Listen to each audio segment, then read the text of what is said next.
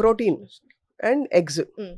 Eggs చాలా ఇప్పుడు universal food అయిపోయింది. హ్మ్. దాన్ని హెవీగా నాన్ కాంట్రవర్షియల్ ప్రోటీన్ సోర్స్‌గా ప్రమోట్ చేస్తున్నాం. హ్మ్. Is it really so good? Eggs చాలా మంచిదా? ఎగ్స్ యూజువల్‌గా మంచి. ఎగ్స్‌ని హోల్ ఫుడ్ లాగే కన్సిడర్ చేస్తాం. ఇప్పుడు ఆయుర్వేదంలో గూడా మీరు కంప్లీట్ నాన్ వెజ్ తినకూడదు అని ఏం చెప్పదు ఆయుర్వేద గూడా. మనకి నాన్ వెజ్ థింగ్ ఏంటంటే స్వప్న గారు ఇక్కడ మనం ఒకటి మర్చిపోతున్నాం. ఈ బాడీ టైప్స్ అన్నీ గూడా పక్కన పెట్టేద్దాం మీరన్నట్టు.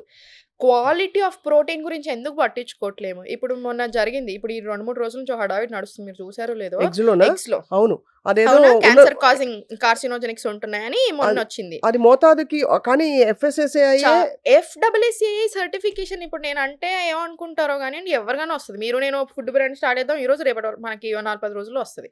ఎఫ్‌డబ్ల్యూసీఐ అనేది రెగ్యులేషన్స్ ఇన్ ఇండియా. నేను ఊరికే స్టూడెంట్స్‌కి ఒక మాట చెప్తా ఉంటాను.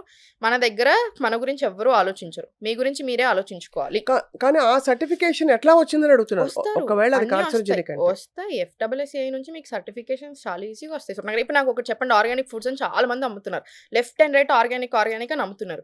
ఆర్గానిక్ అన్నదానికి మీ దగ్గర ప్రూఫ్ ఏది? ఎఫ్‌డబ్ల్యూసీఐ ఓకే. ఆర్గానిక్ అనే దానికి ప్రూఫ్ ఏది? ఆర్గానిక్ అంటే ఏంటి? అసలు మందు లేకపోవడం కాదు. ఆ భూమి నుంచి కూడా ఉంటది. ఆ సాయిల్ నుంచి కూడా ఉంటది. మీరు ఇప్పటిదాకా ఫుల్ మందులేసి పెంచారు. అది తీసేసిన తర్వాత సేమ్ అదే సాయిల్‌లో వేరే వచ్చి అన్నీ వేరే కొత్త కొత్త మొలకలు పెట్టారు. ఇప్పుడు అది ఆర్గానిక్ కింద రాదు. రాదు. అండ్ కరెక్టే. ఇంకొకటి ఇక్కడ ఈ ఎకరం నాకు ఆర్గానిక్ అనుకుంటున్నాను. ఆ పక్కన ఎకరంలో ఇంకేవో పెట్టాను. భూమి నుంచి వచ్చేస్తాయి కదా! అదే. ఫుల్ మందులేస్తున్నాను ఈ పక్కనే. ఇప్పుడు దీనికి ఏస్తలేను అని అనరాదు నేను. ఇప్పుడు ఇది ఆర్గానిక్ అవ్వదు. మరి ఎవరన్నా ఆర్గానిక్ అని అమ్ముతున్నారు. అది ఎంతవరకు ఆర్గానికో మనకు తెలుసా? తెలీదు. ఏదో నమ్మడమే తప్ప ఆర్గానిక్ అనేది దానికి ఆన్సర్ ఏది? సో, తెలీదు. మీరు చెప్పండి ఇప్పుడు నాకు ఎగ్‌లో ఇప్పుడు అది దొరికింది కాబట్టి మనం మాట్లాడుకుంటున్నాం. దొరకకపోయిండుంటే? సో, అందుకని ఫ్రీ రేంజ్ ఎగ్స్ తీసుకోండి. తీసుకోవాలనుకుంటే కొంచెం ఊరు కోడిగుడ్లు ఫ్రీ రేంజ్ ఎగ్స్ తీసుకోండి. ఈ మధ్య ఎందుకు ఆ యోక్ అన్నది ఆరెంజ్‌గా మన హ్మ్. చుడిదార్ కలర్‌లో తయారైందది?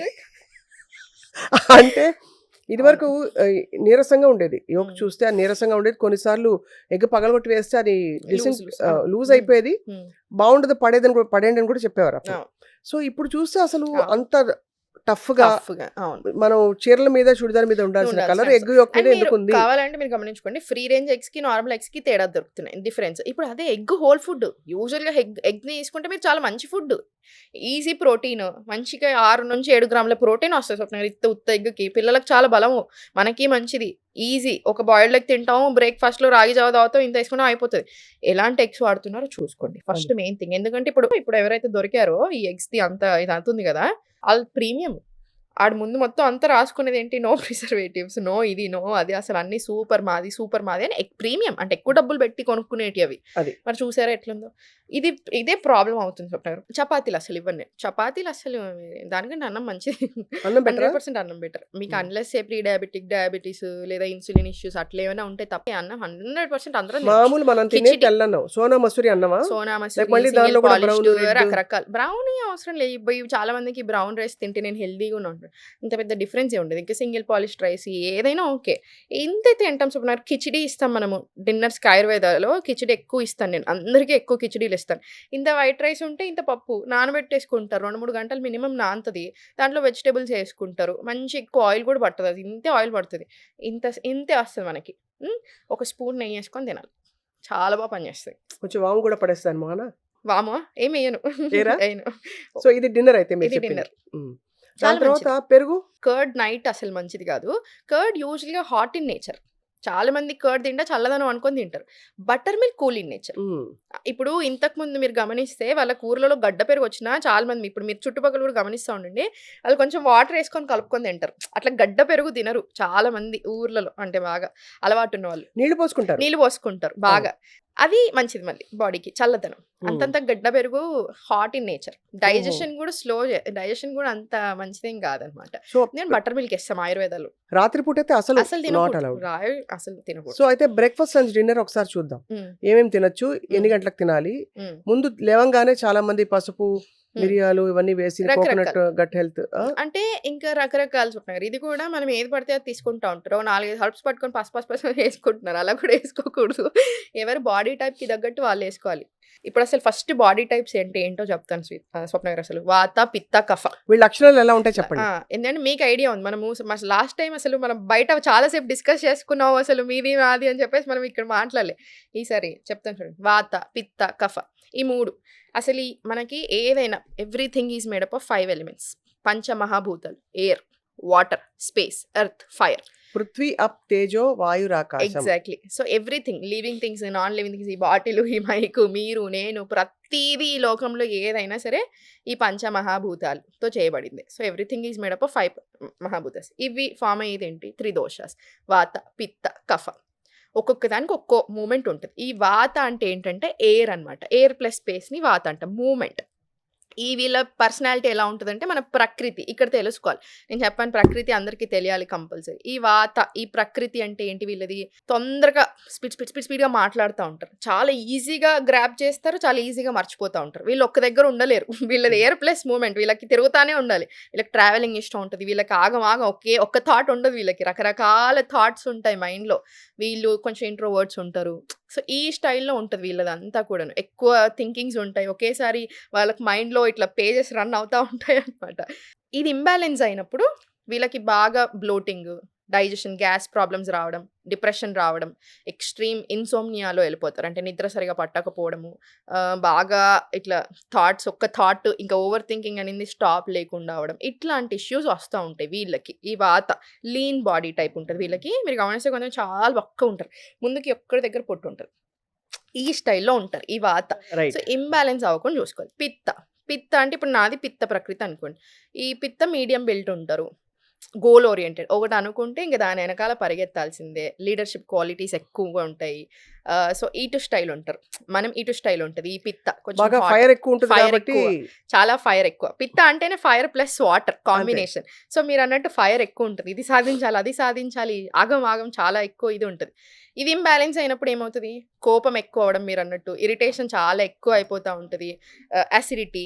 మనది పిత్త ప్రకృతి ఉన్న వాళ్ళకి బాగా డైజెషన్ చాలా బాగుంటుంది, స్ట్రాంగ్ డైజెషన్ ఉంటుంది. సో ఇప్పుడు పిత్త ఇంబ్యాలెన్స్ అయినప్పుడు డైరీలా వస్తుంది. సేమ్ డైజెషన్ ఇష్యూసే కానీ ఒక్కొక్కరికి ఒక్కోలాగా ఉంటుంది. IBS లో వస్తుంటాయి, డయేరియా లాగా, లూజ్ మోషన్స్, అసిడిటీ ఎక్కువ అవ్వడం, ఇట్లాంటివి వస్తుంటాయి. కోపం బాగా, ఎవరైనా మాట్లాడిస్తే చక్కస్తం అనడం, ఇట్లాంటివి ఉంటాయి పిత్తాలు.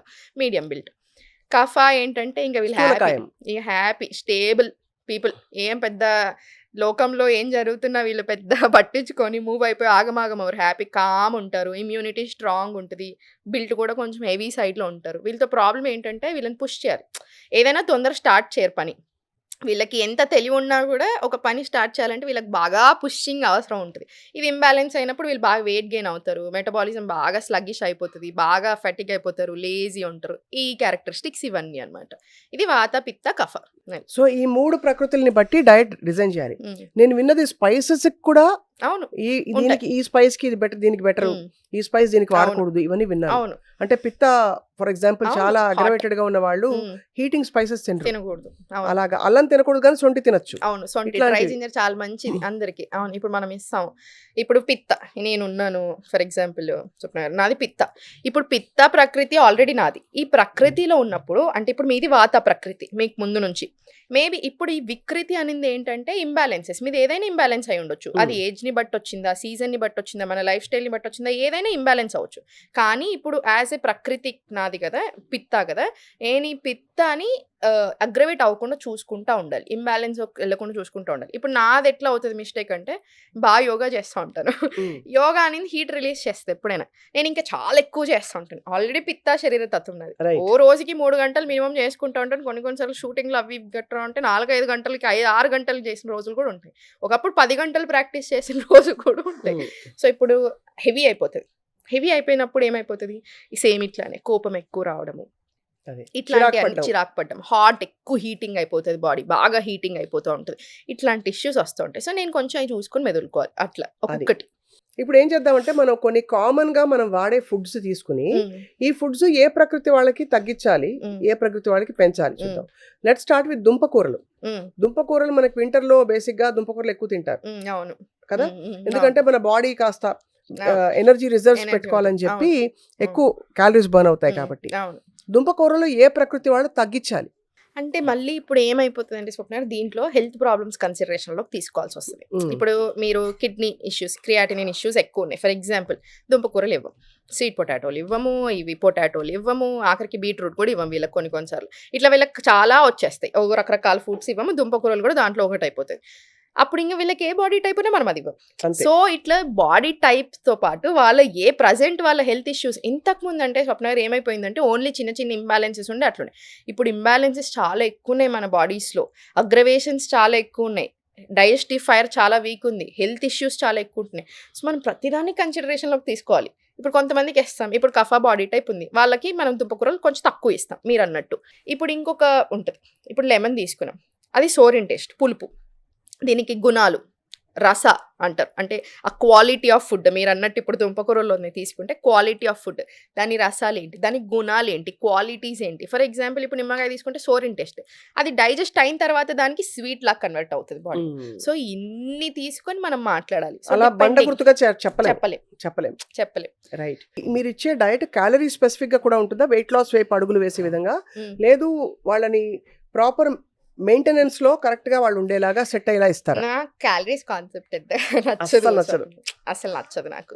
ఏదైనా ఇప్పుడు మీరు సపరేట్గా ఒక బాడీ బిల్డ్ చేద్దామని చూస్తున్నారు, ఇప్పుడు సెలబ్రిటీస్ వస్తారు మన దగ్గరికి, ఇప్పుడు వాళ్ళు ఎగ్జాక్ట్లీ ఇదే బాడీ టైప్ మెయింటైన్ చేయాలని చూస్తారు. అంటే వాళ్ళకి ఒక సాంగ్ షూట్ ఉంటుంది, ఇప్పుడు మెయిల్ తీసుకున్నారు అనుకోండి, వాళ్ళకి బాడీ బిల్డింగ్ అనేది ఇట్లా చేస్తారు, వాళ్ళు స్పెసిఫిక్ క్యాలరీ స్పెసిఫిక్ డైట్ తీసుకుంటారు, అలా okay. But other than that మనకి హెల్దీగా నార్మల్గా ఫిట్గా హ్యాపీగా ఉండడానికి క్యాలరీస్తో సంబంధం అవసరం లేదు. అండ్ ఇప్పుడు లైక్ ఏ సైడ్ ఆయుర్వేదంలో మనం మైక్రోస్ని తీసుకోం, కానీ ఇప్పుడు కొంతమందికి అసలు ఎంత తినాలో ఐడియానే ఉండదు. అప్పుడు అట్లాంటి వాళ్ళకి హెల్ప్ లాగా చెప్తాను. ఫస్ట్ వీక్ ఒక్కటి మాత్రం క్యాలరీస్, అంటే ఎగ్జాక్ట్ క్యాలరీస్ ఇవ్వకపోయినా అసలు ఎంత తినాలి మీరు అనేది మాత్రం రాస్తాను. ఇంత వెజిటేబుల్స్ అట్లీస్ట్ 20 గ్రాములు, ఎక్కడి నుంచి వస్తుంది 20 గ్రాములు ఫైబర్ రావాలనుకోండి. సాల్యుబుల్ మళ్ళీ ఇన్సాల్యుబుల్ అంటే మళ్ళీ వెజిటేబుల్స్ ఇక్కడ మనం తీసుకోవాలి. సాల్యుబుల్ అంటే మళ్ళీ చియా సీడ్స్ లాంటివి వాళ్ళకి పడుతుందో లేదో చూసుకొని అట్లాంటివి, నట్స్ సీడ్స్ ఇట్లాంటివి ఇస్తూ ఉంటాం. సో రకరకాలు